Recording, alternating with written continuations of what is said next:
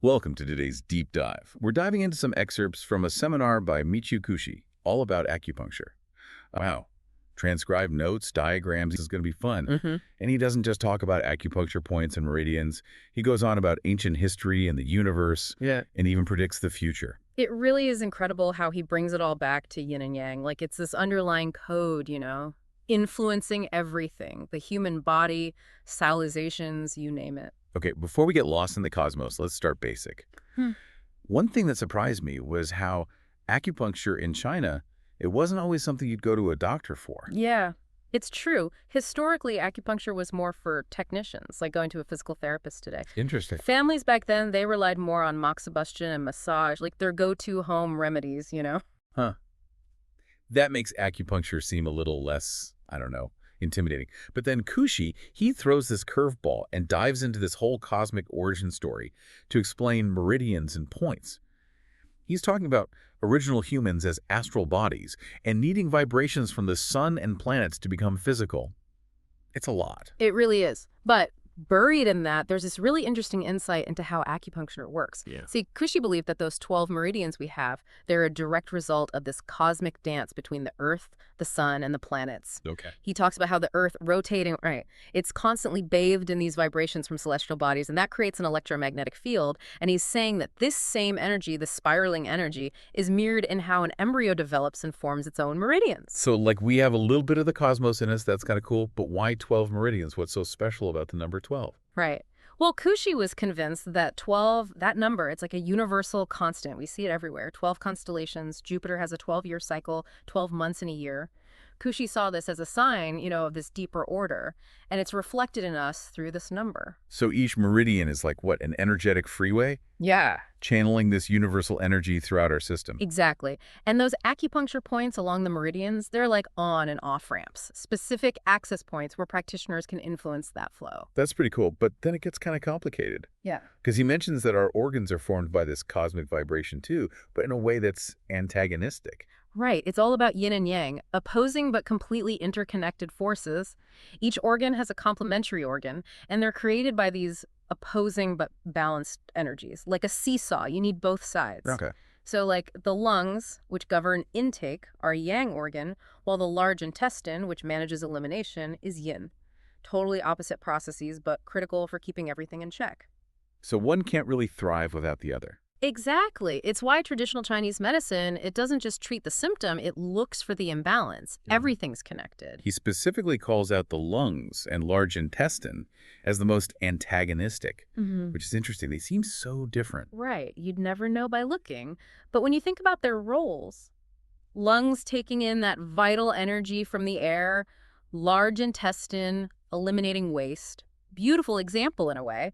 Opposites maintaining equilibrium. And then there's the heart governor and three heater. He mentions those, but says they aren't actual organs. They're more like essential functions. The heart governor, that one's all about regulating circulation and sexual energy, like the body's rhythm section, right? Yeah. And then the three heater, that one's about heat regulation. Heat regulation. Yeah, but in three different areas, upper, middle, and lower, basically our internal thermostat.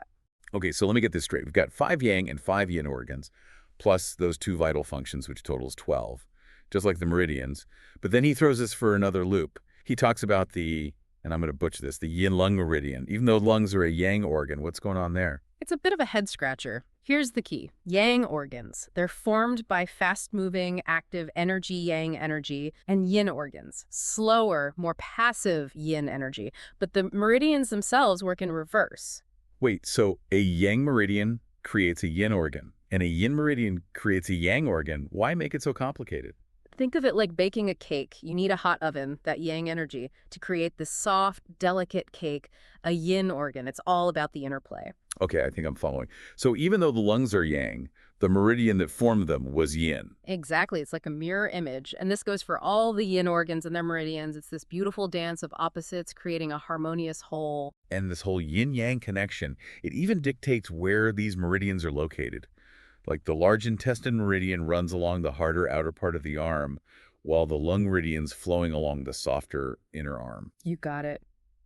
Another example of this duality expressing itself. But all of this is more than just cool cosmic trivia. It explains how acupuncture actually works.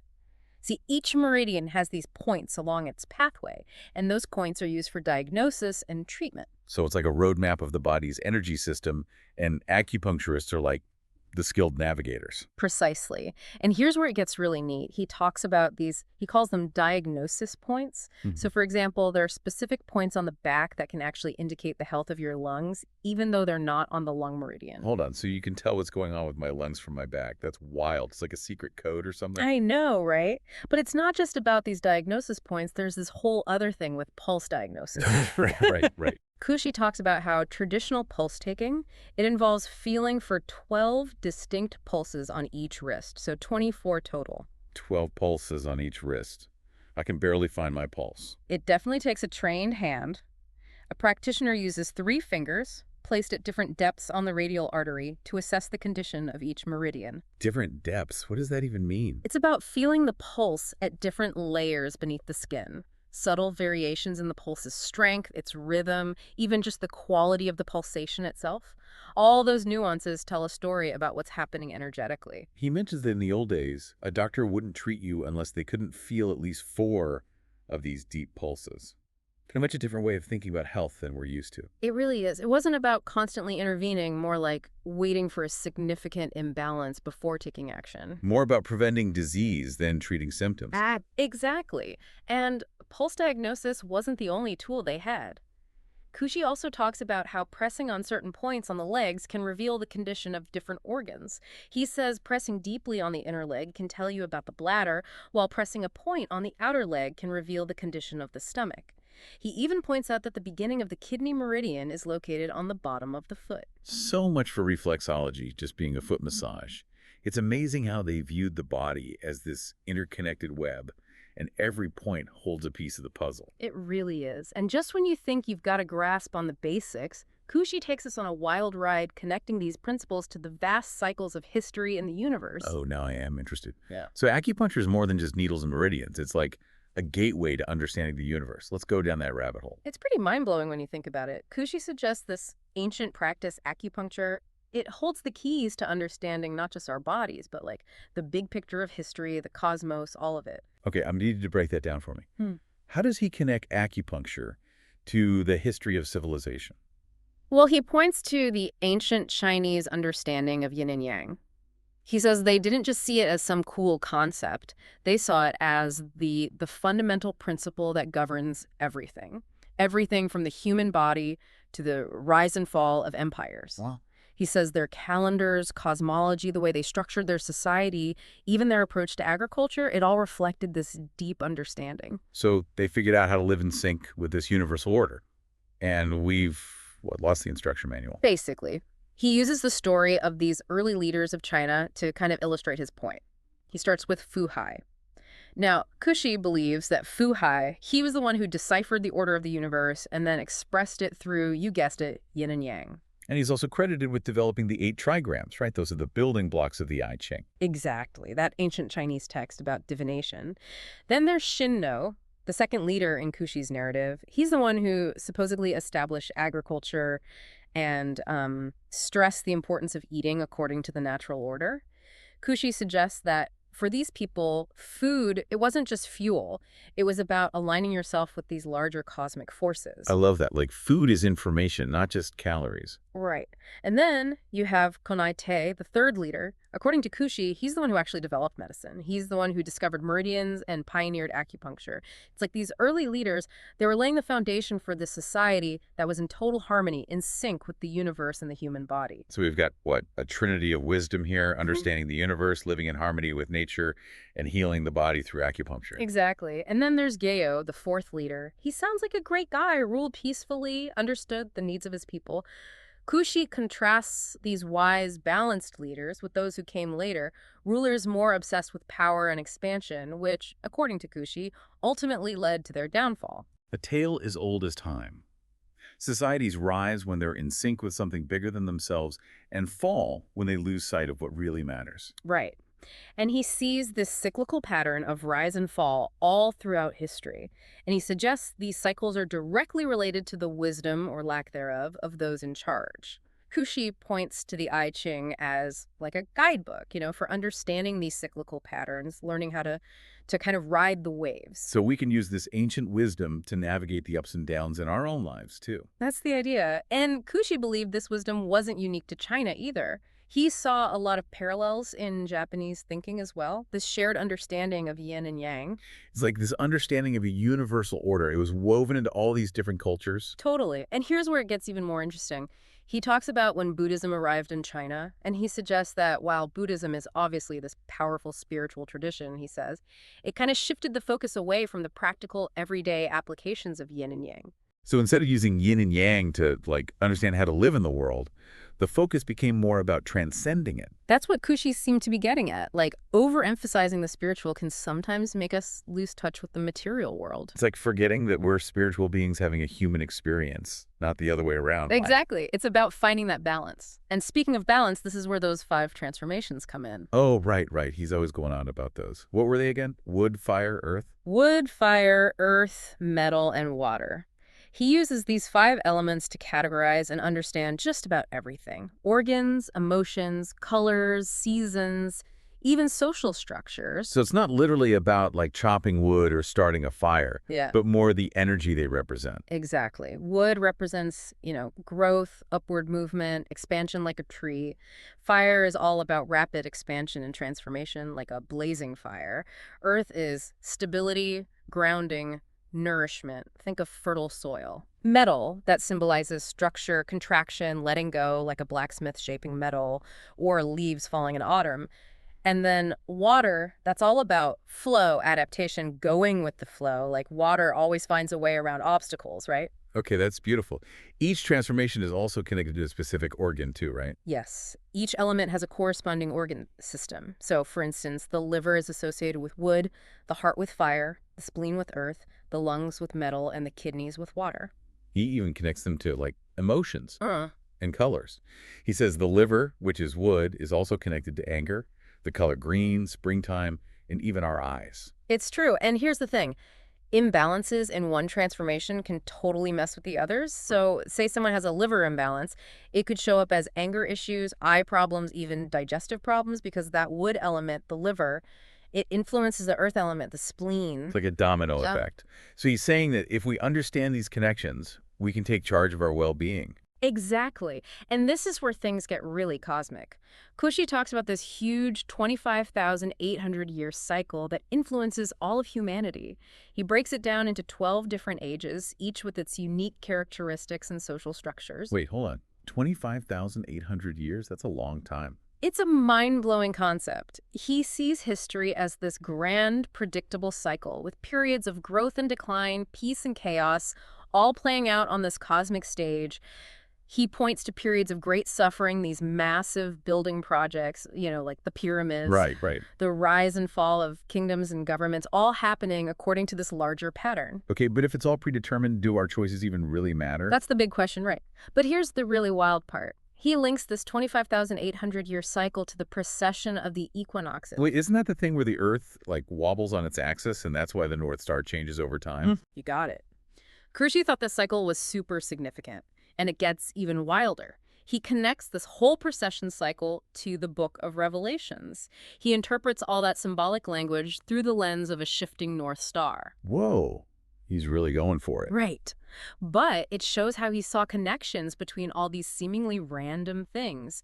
He truly believed in this unified worldview, this idea that everything is connected by this underlying cosmic order. So it's not just about, like, understanding old text. It's about understanding the patterns embedded within the universe. Exactly. He believed that if we could just understand those patterns, we could understand ourselves better, understand our place in the world, and maybe even catch a glimpse of what the future holds. Okay, I gotta ask. What did you think about the ancient world? And what about his predictions about the future? This is getting good. So Kushi's view of the ancient world kind of sounds like he had, I don't know, like a pretty idealized view of how things were way back when. Yeah, he definitely had this romanticized perspective, painting this picture of a time when humans were just like in tune with nature. No ownership, no competition, no fear, Just everyone hanging out, understanding the secrets of the universe, living in perfect harmony. Well, maybe not perfect, but he suggests that they were a lot closer to that ideal than we are. He points to their understanding of natural agriculture, no borders between nations, and this profound connection to the natural world. Sounds idyllic. But what about, like the realities of history? Wars, famine, all that stuff that suggests maybe things weren't so perfect after all. Right. I mean, we do tend to view the past with rose-colored glasses sometimes. But Kushi isn't saying it was utopia, more that because they were living in accordance with these principles, with yin and yang, it just naturally created more harmony. Right, right. Okay, so it's not about romanticizing the past, but about like Yeah. learning from it, right? So where do these other ancient civilizations fit into his whole theory? He saw echoes of this ancient wisdom, in cultures all around the world: India, Tibet, Africa, the Americas. He points to the similarities in their cosmology, their calendars, their symbols even, suggesting that, they were all tapping into this universal knowledge, but somewhere along the way it's become fragmented. Like they all had a piece of the puzzle, but we lost the box top. Now we're stuck just trying to put it all back together. That's a great way to put it.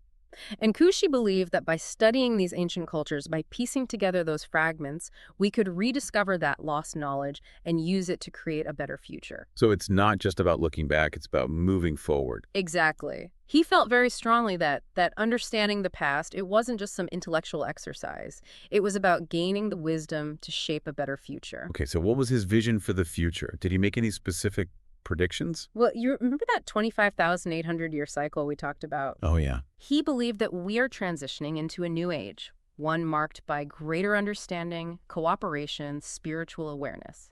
He actually envisioned, get this, a world government. A world government. Okay, that's pretty bold. Did he say how we'd even get there from where we are now to like a world government? He believed that embracing natural agriculture, growing food in harmony with nature, that was key. And he also saw us moving away from money and towards like a more community-based way of living. But I think the most interesting part of his vision was this idea of eliminating fear.